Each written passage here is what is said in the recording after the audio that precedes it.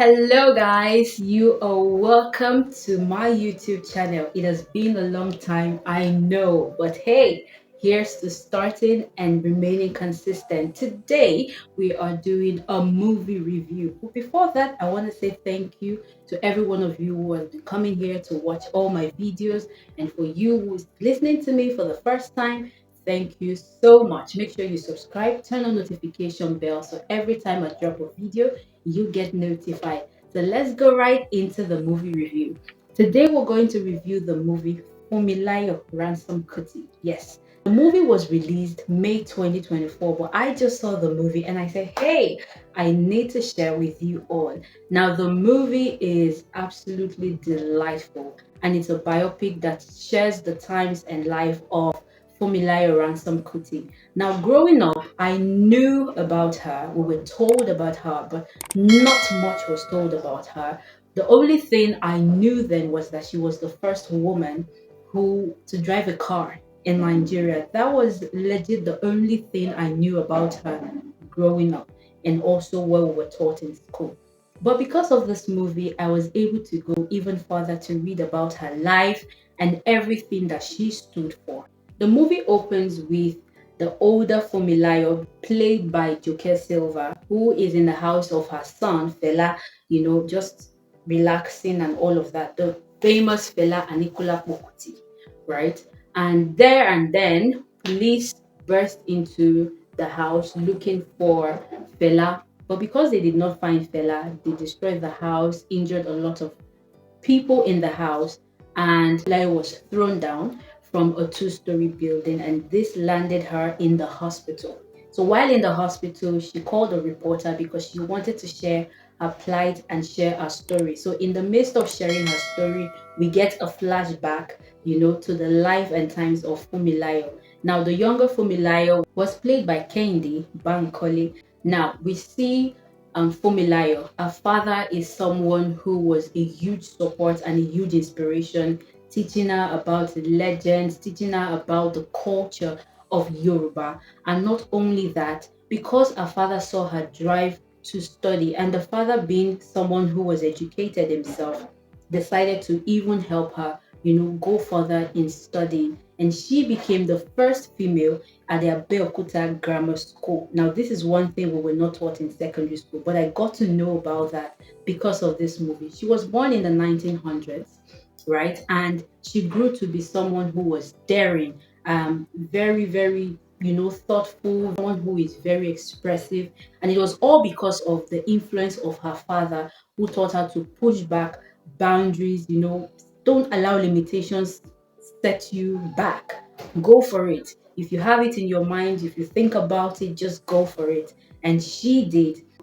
Of course, she's going to go through a lot of challenges, but that was where she met her heartthrob, Israel Ransom Kuti.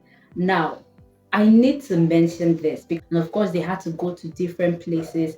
He went on to further education, still in secondary school herself.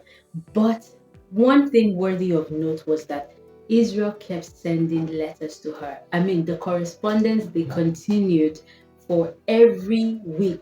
It was mentioned that every week for the 4 years he was out of the country, he kept sending letters. Like, if that is not commitment, I really do not know what is. I mean, I guess their love was meant to be because, of course, when she also went out to study and returned, they got married and gave birth to 5 children, one of which is the legendary activist and musician that you all know about, Fela Anikulapo Kuti. Another place worthy of mention in this movie is the fact that she continued as a teacher. Now, it was while as a teacher, she noticed that some of her students weren't coming to school. They were either missing classes or were not even coming at all. So she went to the market, to plead with the mothers, please allow your children come to school. Let us teach them. It was there she witnessed the unruly behavior and very, very bad behavior of the Parakoyis. Now, the Parakoyis were the king's henchmen. Now, these men would come to collect taxes from the women to enable them to allow them sell. If they do not pay the taxes, they get their goods taken from them, destroyed, and they were always coming. And Fumilayo could not wrap her head around these things. Like, why would you destroy their goods and properties just because they could not pay the tax, which she found really ridiculous? In her bid to help salvage this situation, she reached out to the colonial masters, the government in that sense, Mr. Dundee. The name is funny because Dundee is a phrase that we use in Nigeria. If you're a Nigerian, you know that when we say someone is a Dundee, it means the person is, you know, a dimwit in that sense. It's not your business, it's not part of your jurisdiction. That's the part of the Alake, that's the king. But the Alake wasn't doing any of this. Mr. Dundee, You're still here? where did you go to school? It's none of your business. Oh, just so I know not to send any of my children to such schools. I'd much rather they attend schools where they are taught common courtesy. Something I see that you clearly lack in volumes, sir. Dundee United. Enjoy your tea. This issue disturbs Funmilayo a lot, so she decided to form with elite women in the society, the Abeokuta Ladies Club with the elite women. But this was not enough for Fumi. Why? Because this ladies club was only for the elite, but she wanted to help the market women. So she decided to change the name to Abeokuta Women's Union. You know, her husband encouraged her. You cannot help this woman until you go and meet them where they are. You just have to meet these market women where they are. And just like that, she decided to do that. Ẹ̀yin èèyàn ẹ bóde o, kí lẹ rò, ṣé mi ò jọ wọ́n báyìí? Ìgbà táwọn Kẹ́hìndé bá ń kọ́lé, ìgbà táwọn náà change aṣọ, èmi náà mo ní pé kémi náà change aṣọ, kí lẹ feel? Ẹ jẹ́ n mọ̀ nínú comment, kí lẹ rò, kí lẹ rò, kí lẹ rò. Now, she had gone to meet the king to plead with him on behalf of the women to do away with the tax. But instead of removing the tax, they decided to even increase it further. Because of this, the women decide to go on protest. Now, the protest part is the part I love the most because a number of times when change happens, sometimes a protest has to happen. Now, the major places where I enjoyed during the protest scenes were one time where the king decided to bring the Ogboni and the Oro masquerades, which were forbidden for women to see. But the women were prepared because they brought out their own mothers, you know, aged mothers, and they bear their bare chests, which is also a forbidden thing for they also to see. So it was a counter thing, like do me, I do you, throw your own, I throw my own, you know, that kind of thing.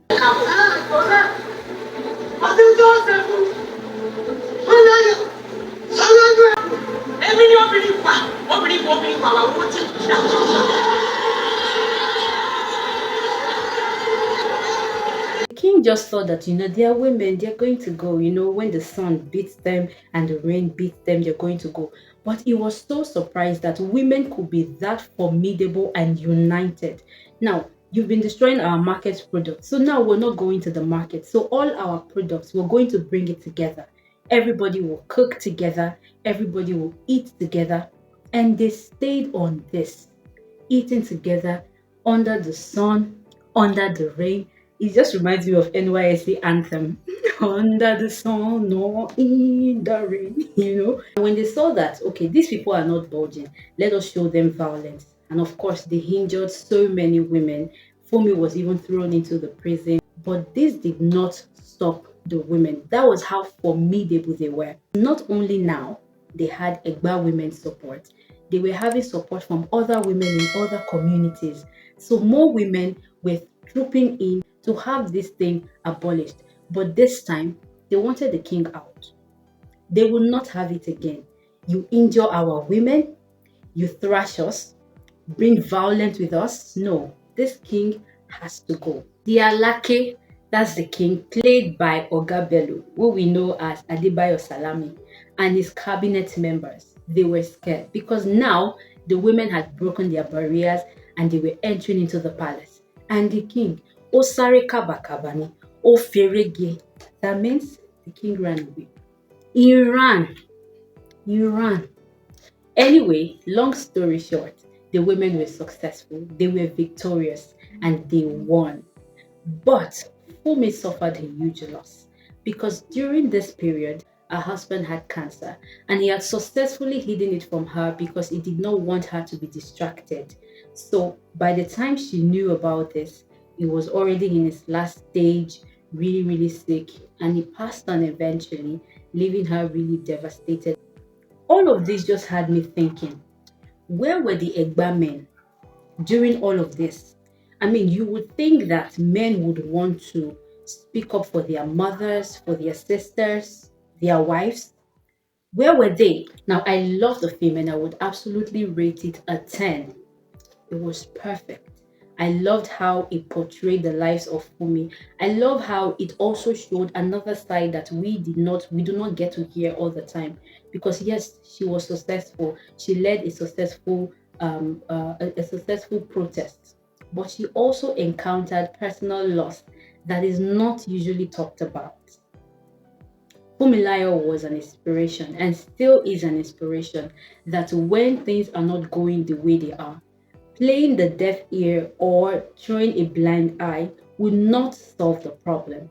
Sometimes it takes just one person to inspire other people to be able to do away with injustice.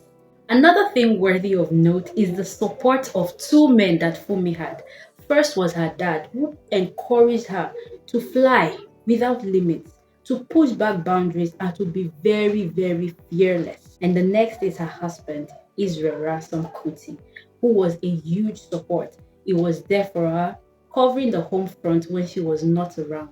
If these men were not there, maybe she would have been still the same influence that she has, still being the influential person that she was, or maybe not. We would never know. But we know that she had this amazing support. And it is such a blessing when you have family supporting you. A number of us can actually relate to people or even family members who do not support our ideas. So when you have family members, when your family supports you in your ideas, no matter how crazy people might think it is a blessing. It's amazing seeing Kehinde Bankole playing this role. It shows how versatile she is. And this movie just tells me that, you know what, there would literally be no role that Kehinde Bankole would not be able to portray. She killed the role so effortlessly. Ibrahim Suleiman, playing the role of Israel Ransome-Kuti, also did an amazing job. We also see amazing characters like Kepi Ekpenyong, who plays the role of Reverend Joshua as Israel's father, Dele Odule playing Osi, and Jide Kosoko playing Otun, that's the chief in the King's Cabinet, and so many amazing actors and actresses who played amazingly well.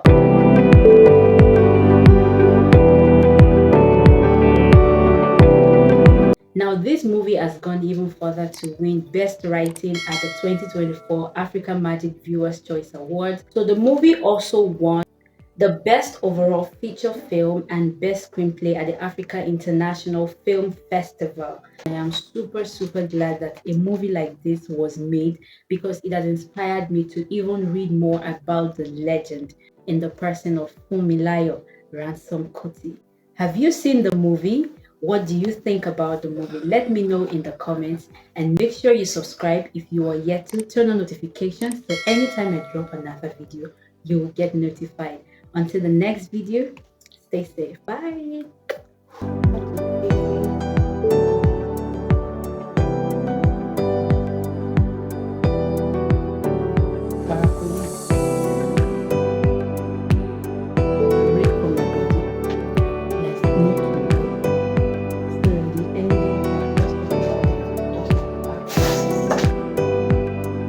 So I'm looking at the paper for this.